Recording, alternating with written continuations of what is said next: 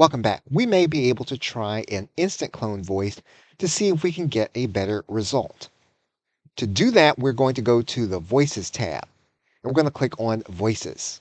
We are then going to use instant voice cloning. We're now going to upload an audio. Now, we could record the audio. However, we would not be saving time by doing a recording.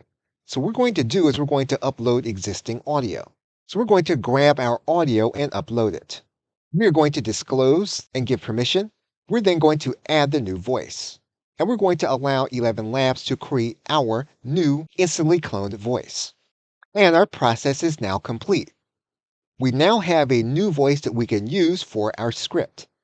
Now, we've not yet corrected the script, but we can generate the script to see if the instantly cloned voice is going to work for us. So we're going to click Use.